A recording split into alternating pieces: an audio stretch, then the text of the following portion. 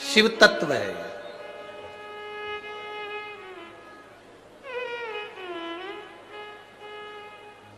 मेहता जी, जो खुशी प्यासे को पानी पिलाने की होती है ना, उससे 4 गुना खुशी इन प्यासों को शिव महापुराण सुनाने की है। जो बड़ी आस लेकर बहुत सालों से बैठे हुए थे, एक लोटा जल देवाधिदेव महादेव को समर्पित कर रहे थे और बोल बम का नारा है। इतना धीमे से बोलोगे तो कल्याण तुम्हारा है।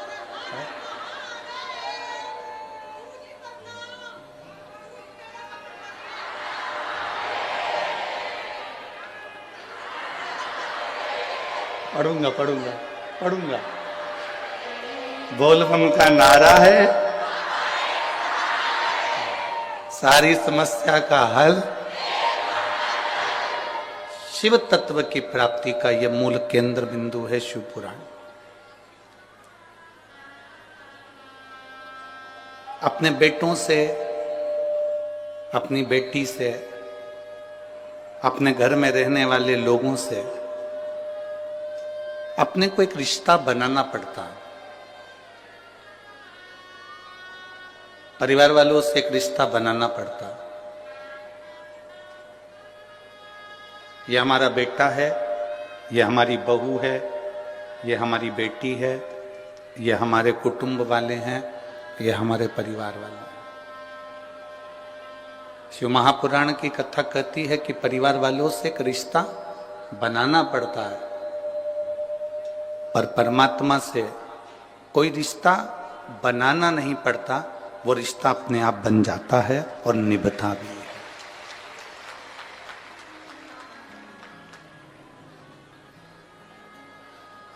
ब्रह्मा ब्रह्मलोक में रहते हैं, भगवान विष्णु बैकुंठ लोक में रहते हैं।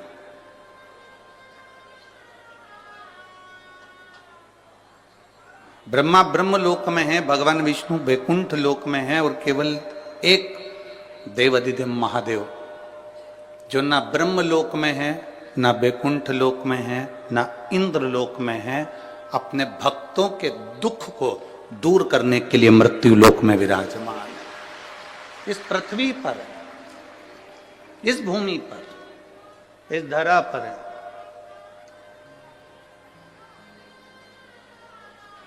तुम्हारे नजदीक में जो होता है वो आपके दुख को समझता है। पत्नी को तकलीफ हुई तो पति उसके दुख को समझता है, पति को तकलीफ हुई तो पत्नी उसके दुख को समझती है, बेटे को तकलीफ हुई तो माँ उसके दुख को समझती है, बेटी को तकलीफ हुई तो बाप उसके दुख को समझता है, भाई को तकलीफ हुई तो भाई उसके दुख को समझता है। कारण वो आपके करीब में, आपके नजदीक में। जो नजदीक में होगा वो दुख समझेगा।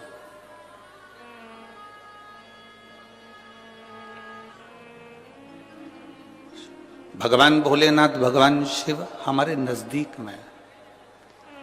अगर हमको इतना सा भी दुख आता है और हम एक लोटा जल लेकर महादेव के मंदिर में पहुंच जाते हैं, वो आपके जल की दशा को देख। सुदामा जी गए तो सुदामा जी ने नहीं कहा कि मैं भूखा रह रहा हूं, मेरा परिवार भूखा है, मेरे बच्चे भूखे हैं,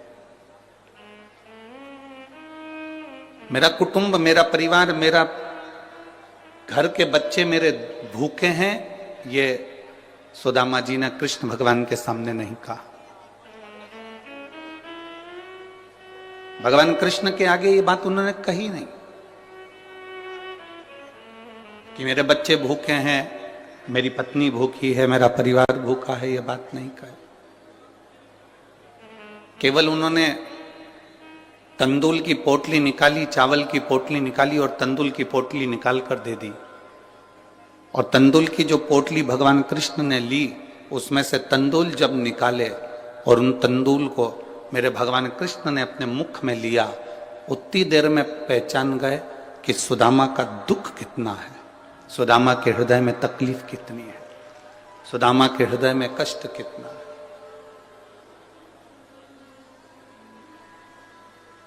सुदामा की जिंदगी में दुख कितना आया वो केवल तंदुल से पहचान।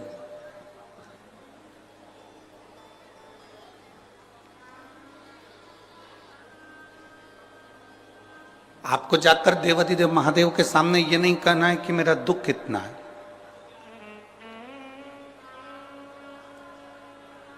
आपको महादेव के सामने जाकर ये नहीं कहना है कि मेरा कष्ट कितना है। आपको तो महादेव के मंदिर में जब जाएं, भगवान शिव के मंदिर में जब जाएं, एक लोटा जल लेकर, जब अपने घर का पानी लेकर, घर का जल लेकर, मंदिर का जल नहीं, घर का जल लेकर जब आप देवाधिदेव महादेव के पास में पहुंचेंगे, भगवान शंकर को एक लोटा जल समर्पित करेंगे, तो महादेव उस जल से पहचान जाएंगे कि आपकी जिंदगी में तकलीफ क्या चल रही है, आपके जीवन में दुख क्या चल रहा है।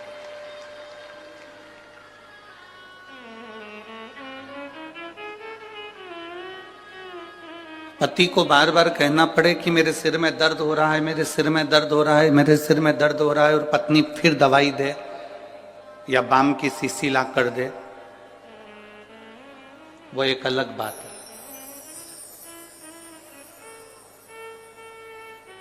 पति के सिर में दर्द हो,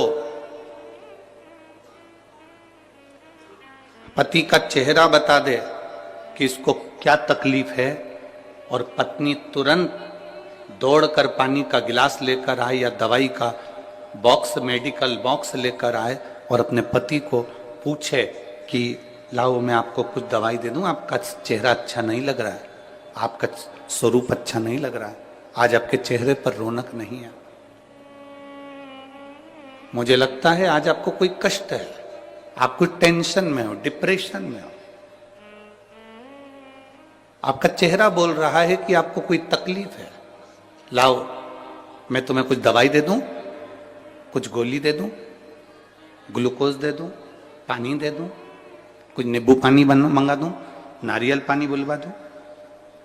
पति को कहना ना पड़े कि मेरे को ये तकलीफ है, और पत्नी मेडिकल का बॉक्स लेकर आ जाए और आपका चेहरा देखकर पहचान जाए कि आप तकलीफ में हो, तो समझ लेना कि पति और पत्नी का संबंध बड़ा प्रबल संबंध है। वो जान गई कि चेहरे से कि मुझे तकलीफ क्या है। उसी तरह महादेव के मंदिर में आप जब एक लोटा जल लेकर शिव के मंदिर में बस केवल उसकी दरवाजे पर पहुंचो, और मंदिर में जब आप एक लोटा जल चढ़ाओ, आपके हाथ के जल चढ़ते से महादेव पहचान जाए कि इसको तकलीफ क्या है, तो समझ लेना तुम्हारी भक्ति प्रबल हो गई, तुम्हारा विश्वास दृढ़ हो गया, तुम्हारा भरोसा पक्का हो गया।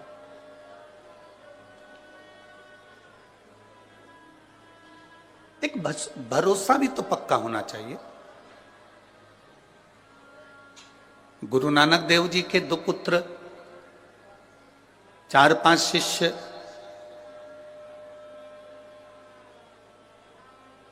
ऐसा नहीं कि गुरु नानक देव जी के लिए सब ठीक नहीं थे, सब श्रेष्ठ थे। गुरु नानक देव जी ने तो हर पंक्ति में यह बात कही है कि सब में रब को देखो, साईया सब में समाया।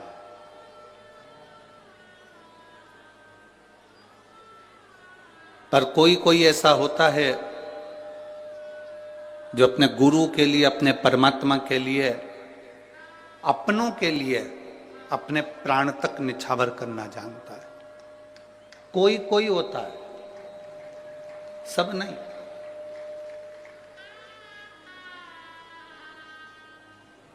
पड़ोसी तुम्हारे बन सकते हैं,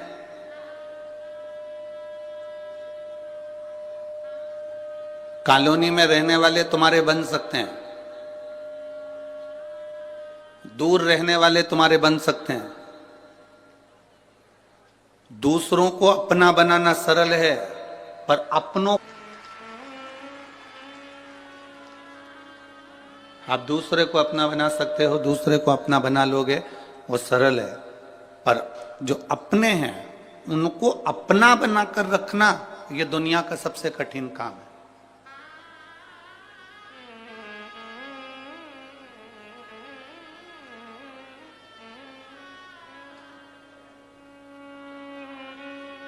भगवान नारायण की माता लक्ष्मी, आप में से कितने लोग हैं जो तिरुपति गए? हाथ उठाओ जरा। गए हो? रखो। आप में से कितने लोग हैं जो द्वारका जी गए? ठीक है, रखिए। आप में से कितने लोग हैं जो कभी पंढरपुर गए हो? कभी गए हो? रखिए। आप में से कितने लोग हैं जो बद्रीनाथ गए हो? ठीक है। बद्रीनाथ के मंदिर में, बद्रीनाथ जी के पास में लक्ष्मी जी बैठी हैं क्या? अरे बोलो तो जम के। नहीं। द्वारकाधीश में, द्वारकाधीश के पास में रुक्मणी जी बैठी हैं क्या? द्वारकाधीश के नजदीक में? नहीं। पंढरपुर में हरि विठल जी के पास में रुक्मणी जी बैठी हैं क्या? नहीं। तिरुपति में नारायण के पास में लक्ष्मी जी बैठी हैं क्या? नहीं।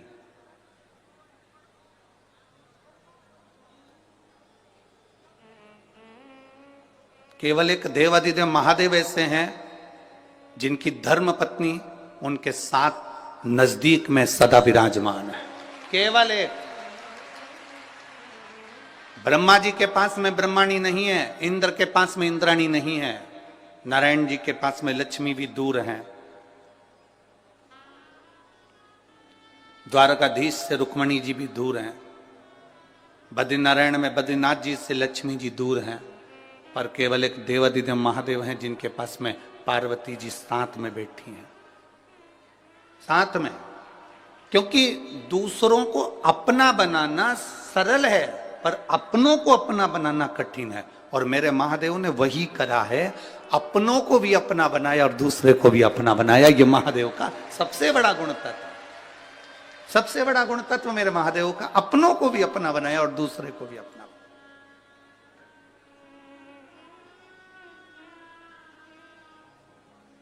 एक बार गुरु नानक देव जी जा रहे थे, उनके सारे शिष्य उनके साथ, उनके पुत्र उनके साथ में थे।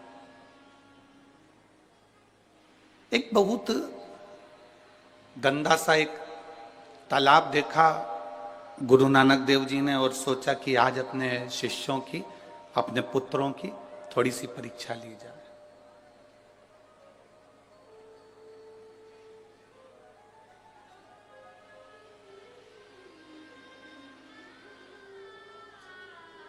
उनके पास में कटोरा था, पात्र था। उस कटोरे को गुरु नानक देव जी ने उस गंदे तालाब में फेंक दिया। बैठ गए, सब आए, सारे शिष्यों से कहा कि मेरा कटोरा इस गंदे नाले, इस गंदे तालाब में गिर गया है, कोई निकाल के ला दो। पुत्रों ने भी मना कर दिया, चले गए। शिष्य भी चले जा रहे हैं। केवल एक गुरु नानक देव जी का एक शिष्य लहना ऐसा था, उस लहना ने जब देखा और गुरु नानक देव जी ने कहा कि गुरुदेव आप बैठे हो? हाँ। क्यों? मेरा कटोरा इस गंदे तालाब में गिर गया। अभी कोई निकल कर नहीं गए क्या? सब गए। मेरे बेटे भी निकल कर गए, मेरे शिष्य भी निकल कर गए, पर कोई गंदे तालाब में कूदने को तैयार नहीं। लहना ने कहा गुरुदेव आपको कटोरा चाहिए? हाँ। लहना ने एक बार भी कुछ बात नहीं करी और लहना कूद गया उस गंदे तालाब में और कटोरा निकाल कर अपने गुरुजी को हाथ में लाकर दे दिया। गुरुदेव ये कटोरा। गुरु नानक देव जी ने कहा कि तूने ये नहीं पूछा कि कटोरा गिरा कैसे? कटोरा गया कैसे? तूने एक बार भी नहीं पूछा कि ये कटोरा गिरा कैसे, गया कैसे, गंदे तालाब में पड़ा कैसे? गुरुदेव आपने कह दिया ना कि कटोरा बस तालाब में गिर गया।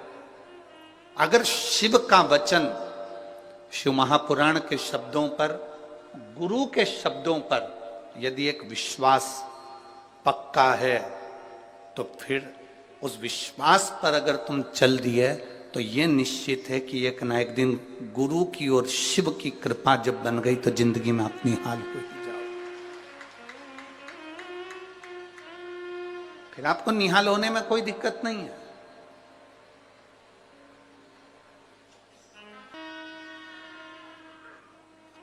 जिसने शंकर भगवान पर भरोसा करा है, जिसने शिव जी पर विश्वास करा, एक लोटे जल पर विश्वास करा, उसका हाथ मेरे देवाधिदेव महादेव ने पकड़ लिया। मेरे शंभू ने उसका हाथ पकड़ लिया। एक जरा से कटोरे से गुरु नानक देव जी ने यह अंदाजा लगा लिया था कि मेरे सिंहासन पर, मेरी गादी पर, मेरी जगह पर, मेरे इस सुख को कौन जान सकता है, कौन पहचान सकता है। अपने बेटों को वो पद नहीं मिला, गुरु नानक देव जी के पुत्रों को वो पद नहीं मिला, अन्य शिष्यों को वो पद नहीं मिला जो लहना को मिला, जो लहना के पास प्राप्त हुआ।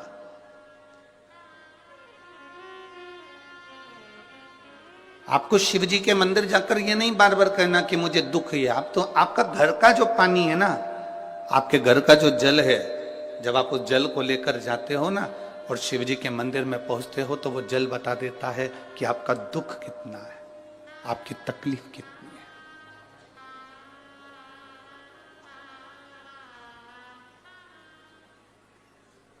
आरओ लगाने वाले को आप एक बार अपने घर पर बुलाना।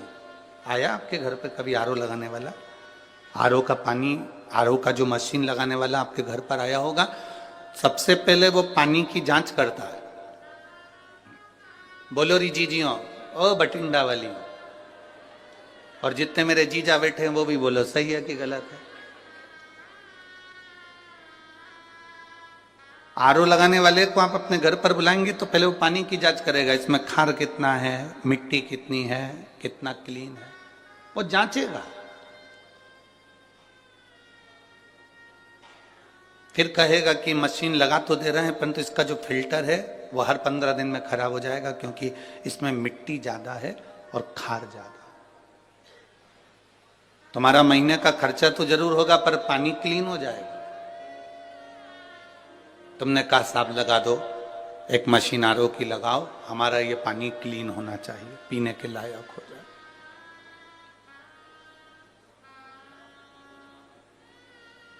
शिव जी के ऊपर जब एक लोटा जल चढ़ाने के लिए आप जाते हैं तो जैसे मशीन पानी को क्लीन करती चली जाती है, धीरे धीरे रोज जब हम देवाधिदेव महादेव पर एक लोटा जल समर्पित करते जाते हैं तो हमारी जिंदगी का दुख भी, कीचड़ भी भगवान भोलेनाथ क्लीन करते चले जाते हैं, धीरे धीरे साफ।